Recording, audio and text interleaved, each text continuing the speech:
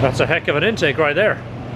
I feel like it's almost too much intake, but I know it's going to be great. I'm going to walk this stuff down to AB. Sure you're alright carrying that stuff? Yeah. Alright. You can hang yours over here. Oh, I can. It's quite comfortable. I should feel like one of those roller coaster rides, you know, you put the bars down and then it starts moving. He's just got a couple of... Now these guys are so close we didn't even ask if they were open. We can just stick our head out of our door and see if their door is open. And if it is, we assume they're there.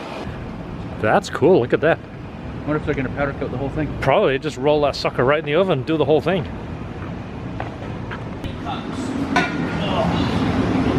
Your powder coat and Yeti cups? Powder coat Yeti cups. Really? For my first ever place that employed me, Overhead Surf Shop, John's Pass. Go visit them.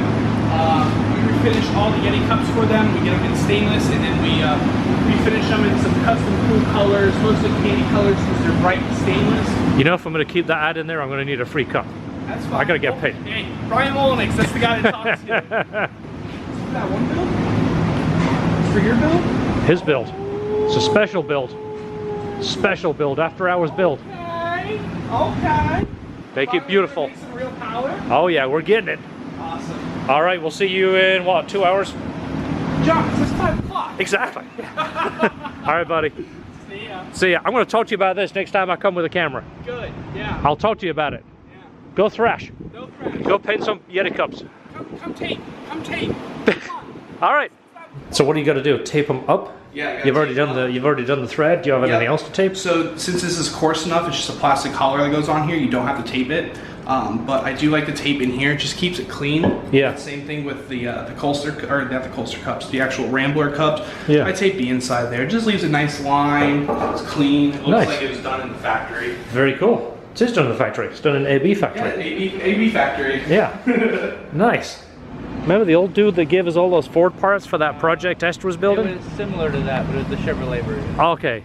I just looked at it. It looked. Chevrolet recycler. That's right. It looked so much like that though. 1965 Ford F100. They picked it up from the original owner. It looks small, doesn't it? Even though it's high, it looks small. Yeah, and it has the wrong seats, and he was saying. It's got a bit of Bondo on it. Yeah, don't pull it. Fall off and shatter. But yeah, the original owners had it since 1965. That is cool. Okay, so what's better than working on a MUGEN Civic SI? Yes, to me. That's your cue. Working on my own MUGEN Civic SI. That's the cue. So not only is he working on his own MUGEN SI, he's getting paid to do it. Let's see if I can pat myself. Oh, it's kind of hard on the shoulder. So this is the... We've allowed a little bit more time on the cars that we build. That way we don't rush them. The car gets 100% attention, but then when we get ahead of schedule, we can go play golf, go to the beach, but we don't. We work on either our own stuff or little jobs behind the scenes. That's exactly what's going on right now. We've both worked hard, got ahead. Now today, this is a work day. I'm not going to tell you which day it is because you're going to call and go, how come you didn't call me to get my car done? George worked extra hard. I said, this is what's happening. This day is your day. Pull your car in. What the heck is good? You got 162 on this? He went to the dragster. We'll talk about that in a minute. The turbo kit isn't something that you can just bolt on. It's done. All he basically did was, you know, we got a turbo, got a manifold, got a few odds and ends. He's been piecing it together and building little bits and pieces behind the scenes. We'll show you that in a minute. We'll clip to that scene right now. All right, welcome to Saturday.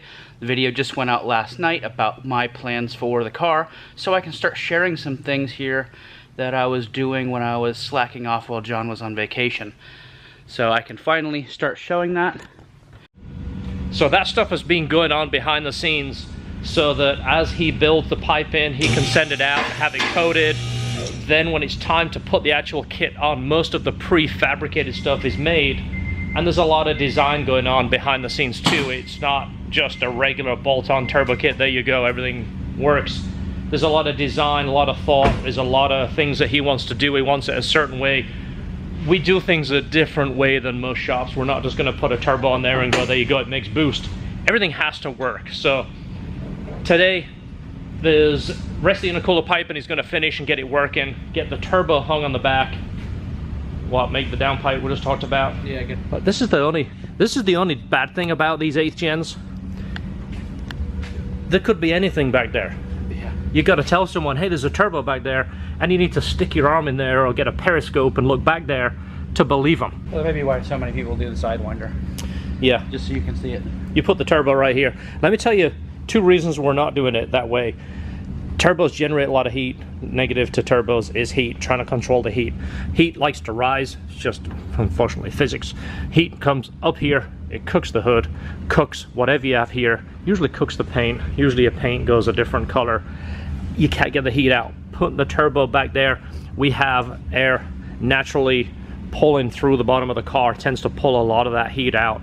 It's a little bit more reliable long term for all the hoses and wiring and such.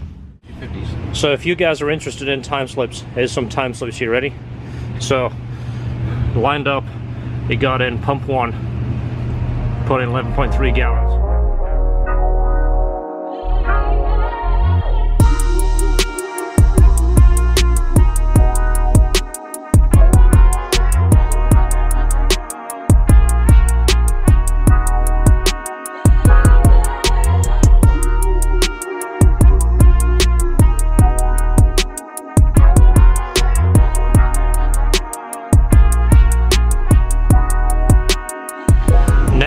As they say in England, you got enough room to swing a cat. I don't know where that saying came from, so don't ask me. Someone probably took it out of the can of worms. You did probably. So, all kinds of room. Get that header out of the way, you put 3 turbos back there.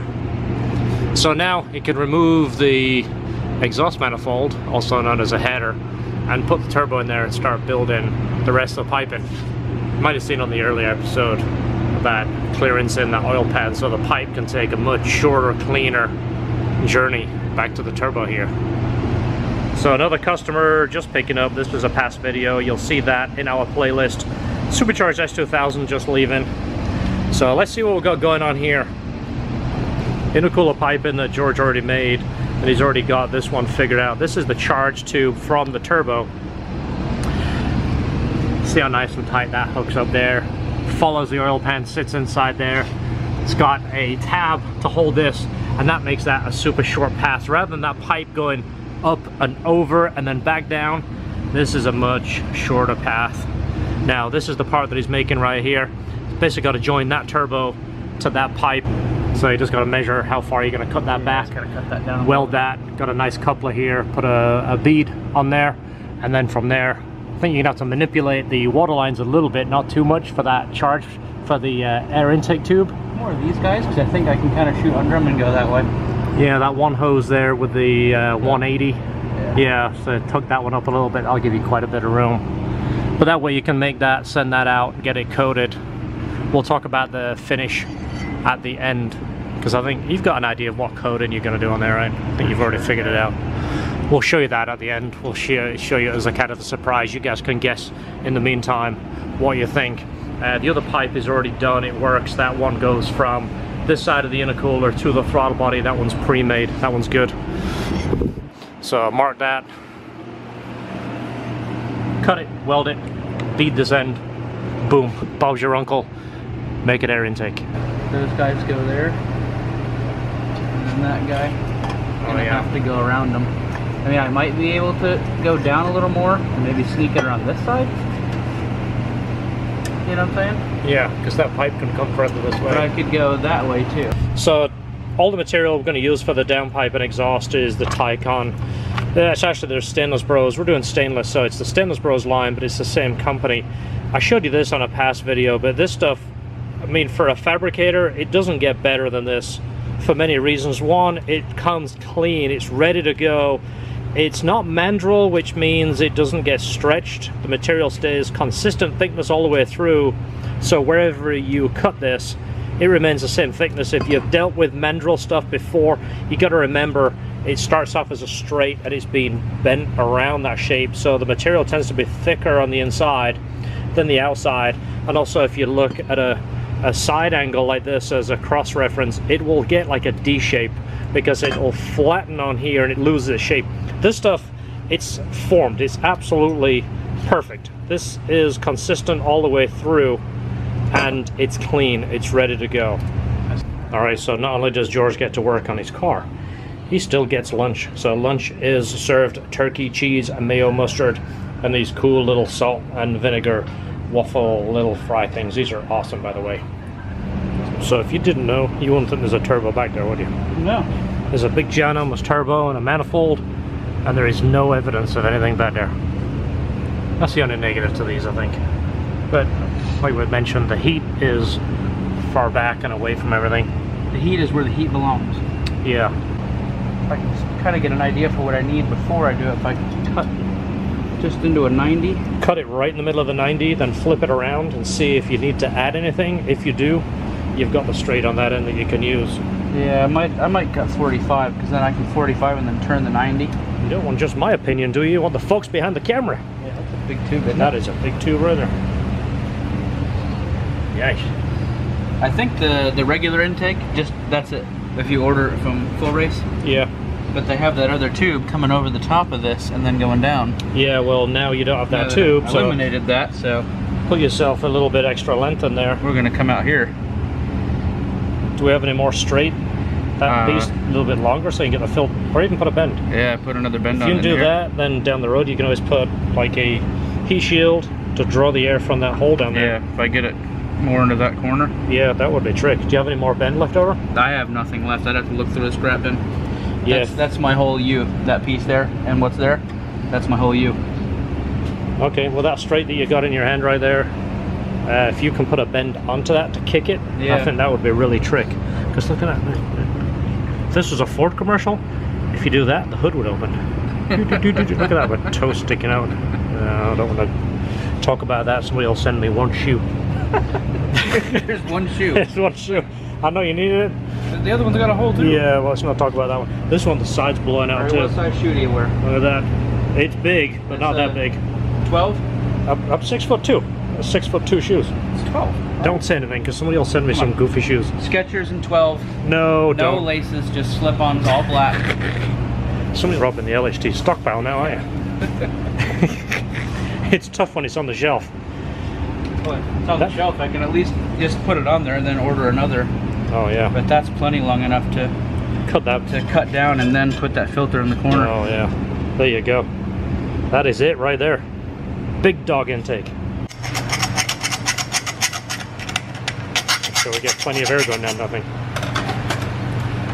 That's the air that you don't need goes down there. That's the air that would dump out the back, also known as a dump tube. Light's not on. So there's the downpipe so far. Got all kinds of room in this middle now. You couldn't run the outside of that for the dump tube? Yeah, that should come out here. I'm hoping anyways. Yeah, so there's a... It looks Nice like there's a little ton of room here, but you'd have to, like, you know, come around the gate. It'd be 12 feet long. Yeah, I'd like to be not so tight on the gate. But once you get that kind of in the direction you want it, you should be able to build it out on the bench, right? Maybe. Once you've marked the downpipe in the right well, position. I gotta have the downpipe marked on the turbo. Yeah. Which you got room over here, you can clock it on that flange right there. Yeah, and that guy there. There's actually, standing where I'm at, you got more room over here to see what you're doing. Yeah. Alright, so charge piping is all done. That's the complete set. Look at the intake. The intake is like one of the longest pipes there. Yeah. That thing's massive, and it's like a cold air intake. You sure you're not putting that out by the bumper? So this stuff is good. You can send this out for coating, and that's just going to sit there waiting for you to put it back together. Yeah, waiting for another couple of days to work on it. Yeah. That speeds things up. So downpipe, if you can get to a point where you know where it's going to go, the rest can be made on the bench, purge it, weld it up, and then the next step would be basically putting it together and making it work. Nice. And then if somebody wants to go ahead and, well, no, we're not going to pre-sell it. This header is going to be available, and it's going to be complete. We talked about it before. Most people, when they take parts off their car, they only sell you half of the stuff that you need. George has everything with this, so you'll, if you're interested, when we post it, the header will come with the little adapter here, so it will bolt directly to your exhaust, and the little hanger piece here that bolts to the car and allows you to run the rubber hanger. And the oxygen sensor extension, so you can go into the latch collector rather than the side. You're going to include that too? Yeah. Okay, that makes a good option, because that is typically where people put the primary and you're only reading off 2 tubes, whereas if you can put it here, you're getting a better average. So it's about that time. You ready for a drink? Oh yeah, we haven't done that. 3 o'clock somewhere. I know, we've been so busy. We've been so busy trying to stay on schedule so George can mess around with this. We haven't had our 3 o'clock somewhere drink. And it's raining again.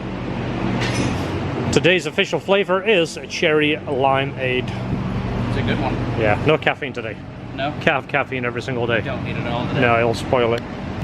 All right, downpipe is all tacked together. Now this just has to be back purged and welded.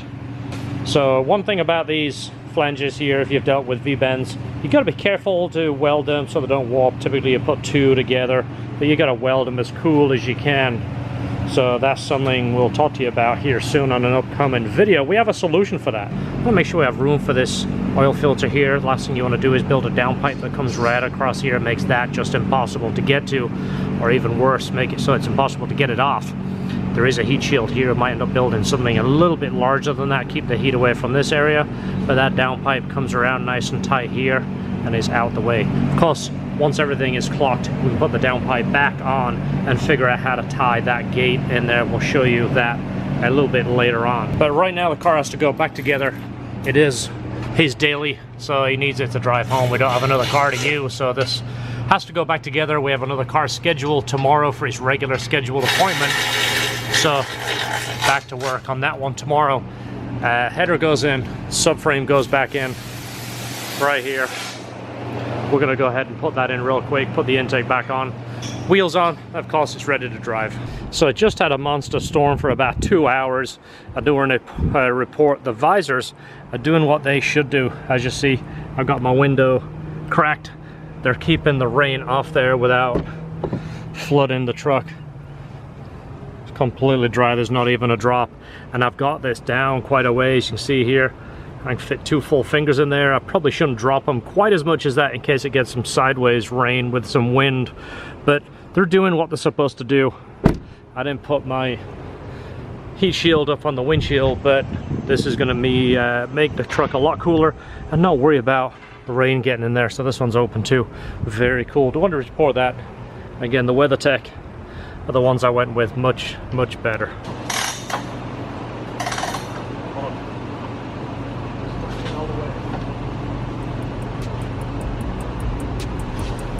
Dad, what a moment for my friend James. All right, you guys are listening to the Lightning. Just came back from winning the Cup.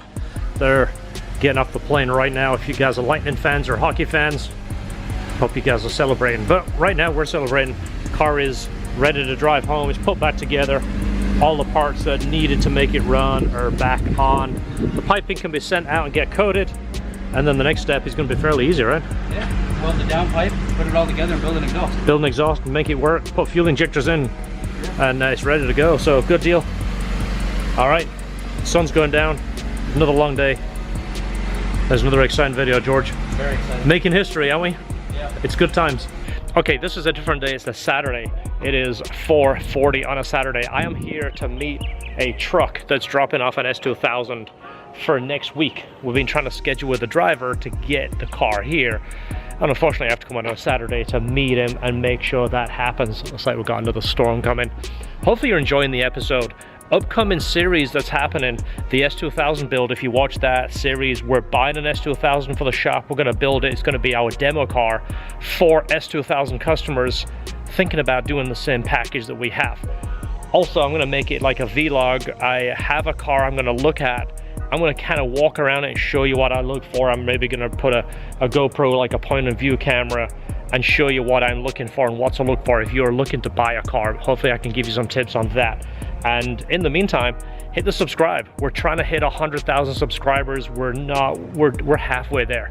Hopefully with some support we can get there by 2021, and good things will happen because the channel will then be able to purchase cars to build just for the channel. It means it'll grow.